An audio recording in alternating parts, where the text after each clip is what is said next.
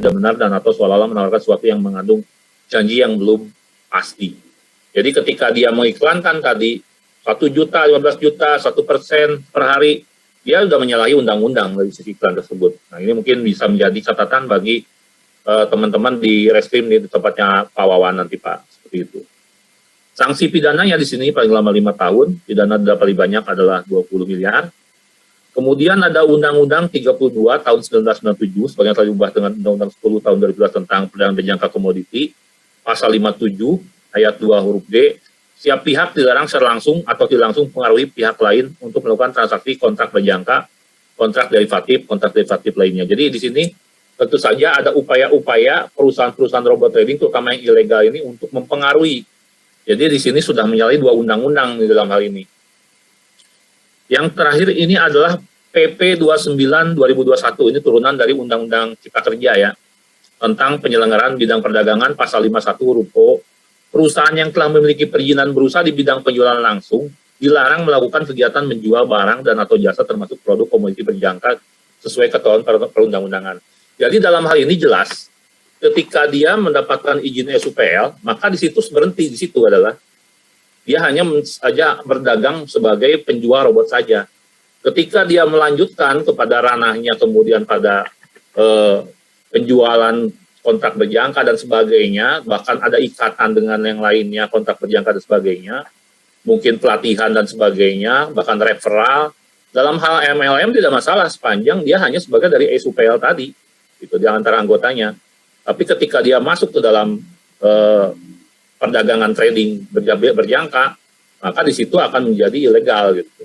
Nah tentu saja banyak juga perusahaan walaupun yang kemudian melakukan trading, banyak yang tidak memiliki izin Bapepti, bahkan juga tidak memiliki SUPL. Nah ini lebih bahaya lagi seperti itu. Nah tentu saja walaupun ada yang melakukan trading, saya punya robot Pak untuk trading, tapi saya sudah punya SUPL, tetap salah. Karena dia tidak diberikan izin sebagai perusahaan untuk menjadi perusahaan bergerak di bidang berjangka gitu, seperti itu. Jadi dalam ini harus beli putus di sini dalam ini. Tidak ada lagi ketika dia SUPL sudah cukup beli putus. Ketika trading nanti urusannya itu adalah izin lagi dari Bapepti untuk trading di bursa berjangka.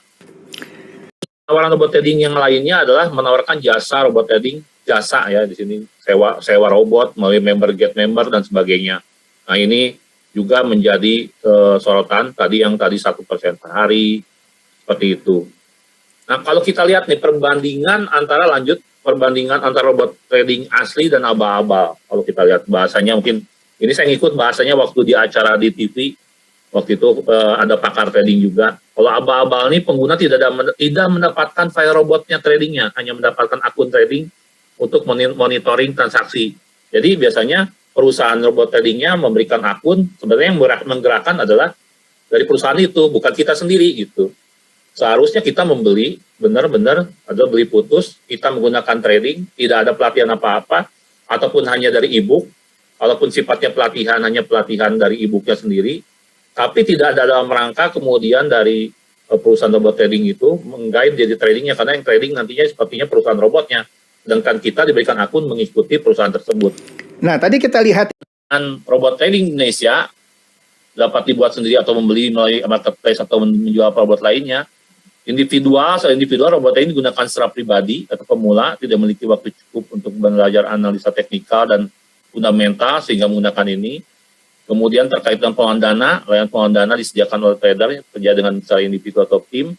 Skema pengelolaan dana yang digunakan adalah PAM atau MAM, juga copy trading, provider layanan pengelolaan dana menggunakan robot trading sebagai main transaction engine atau alat bantu pengelolaan transaksi.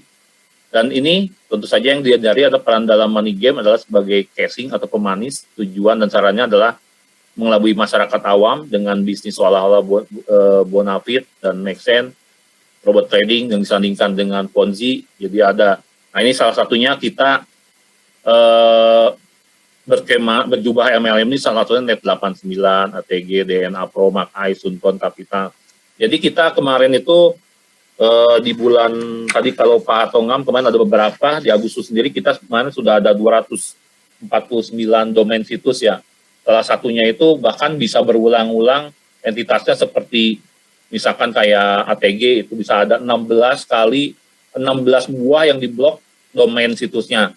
Sebenarnya itu semua ATG gitu. Kemudian ada juga DNA Pro Academy, kemudian Net 89, kemudian juga ada beberapa lagi banyak kemarin termasuk IA 50, kemudian Net 89 itu Smart X Bot kalau nggak salah produknya.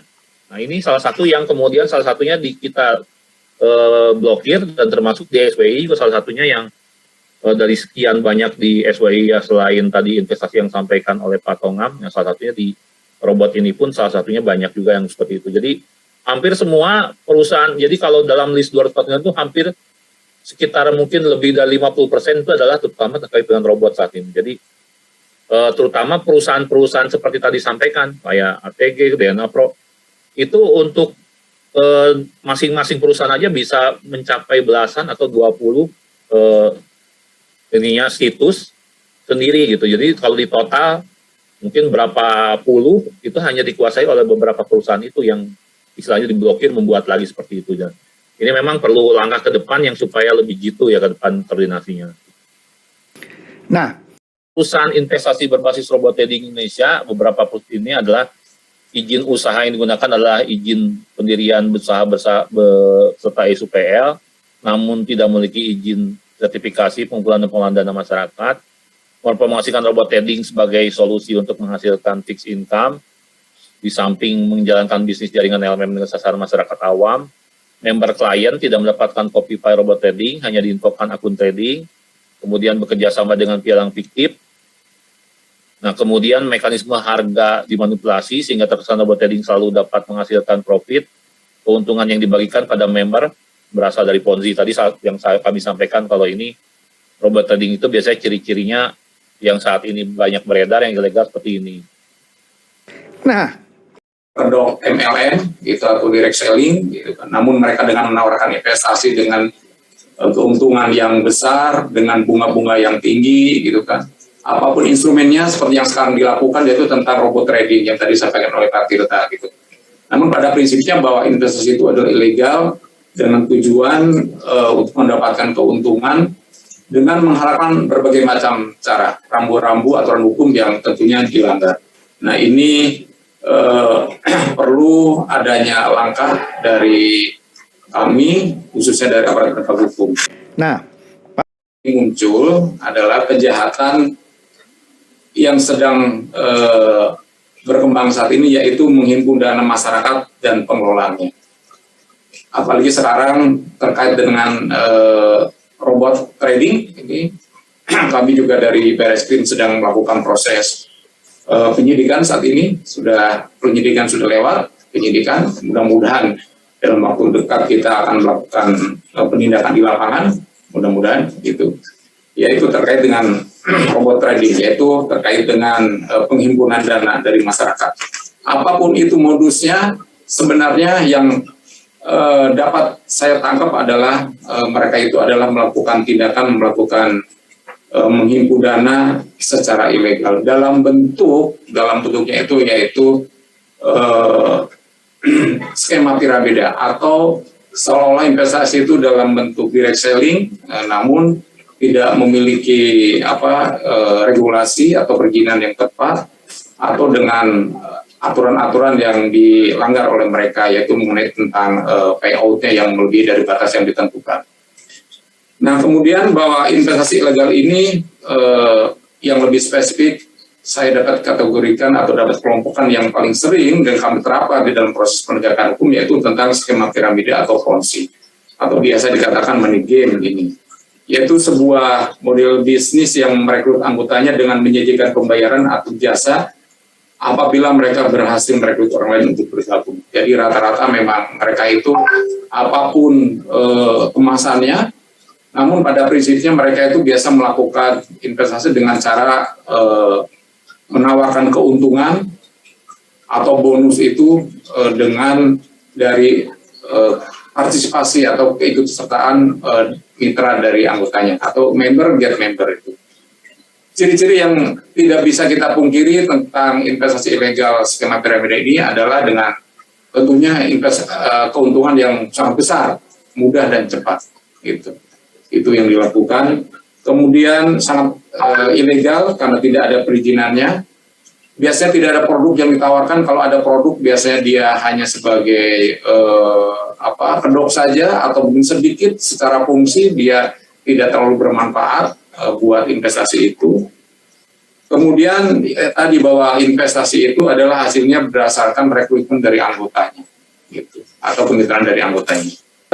Khususnya robot trading tadi Pak Tirta juga sangat jelas juga. Mungkin saya tidak perlu membacakan kembali. Nah, mungkin Bapak Ibu sekalian,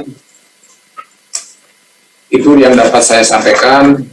Untuk selanjutnya, untuk mendalami materi yang saya sampaikan ini mungkin bisa dilakukan melalui sesi diskusi pada kesempatan berikutnya. Terima kasih. Waktu kami serahkan kembali.